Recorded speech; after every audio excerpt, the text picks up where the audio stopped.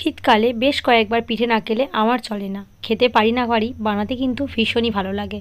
তো আজ সন্ধ্যেবেলা আবারও বানিয়ে নিয়েছি সরু চাকলি পিঠে। সমস্ত পিঠের মধ্যে এই পিঠেটা ঝটপট বানানো হয়ে যায়, খেতে কিন্তু বেশ ভালোই লাগে এই শীতকালে গুড় দিয়ে।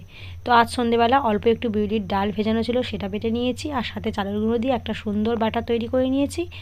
অবশ্যই করে ডালটাকে একটু কম দিতে হবে, ডাল যে পরিমাণ দেবো তার 3 ডবল চাল দিলেই হবে। 3 থেকে 4 ডবল চাল দিয়ে আমি এই ব্যাটারটা বানিয়ে নিয়েছি।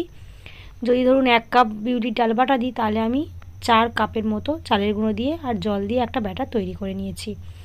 ব্যাস, প্রথমে কড়াইতে করছিলাম, তারপর গ্যাসে করবো বলে ননস্টিকটা ব্যবহার করেছি। আমি কিন্তু নর্মাল কড়াইতেও সুন্দর করে সরু চাকলি তুলতে পারি, সেটা না হয় একদিন শেয়ার করব। আজকে ননস্টিকে করেছি, সুন্দরভাবে কিন্তু পিঠে উঠে গেছে। সোনামে চেয়েছিল একটু সাদা সাদা মতো পিঠে করি, তাই ওর বানিয়ে রাখতে একটু সাদা, মানে একটু আঁচটাকে কম রেখে কড়া না করে প্রথমটা নামিয়ে নিয়েছি। আরও একদিনের আবদার, একটু কড়া করে পিঠে বানিয়ে দিতে হবে, তো তার আবদার রাখতে আর একটু কড়া করে পিঠে বানাবো। সেটা একটু লাল লাল হবে আর একটু পোড়া পোড়া, আসলে কম হিটে তাওয়াতে একটু রেখে দিলেই হয়ে যাবে। আগে যখন ছোট ছিলাম তখন তো পিঠে দেখলে খুবই রাগ হতো। পিঠের দিনগুলোতে আমি ভাত খুঁজতাম, সাথে ডিম ভাজা, সেটা খেয়েই ঘুমিয়ে পড়তাম। কিন্তু এখন পিঠে খেতে কিন্তু বেশ ভালো লাগে, বানাতে তো আরোই ভালো লাগে। যখন সুন্দর সুন্দর করে সরু চাকলি এইভাবে উঠে যায় তখন তো আরোই মজা লাগে। যখন প্রথমে করতাম পারতাম না, তখন বেশি মন খারাপ হতো।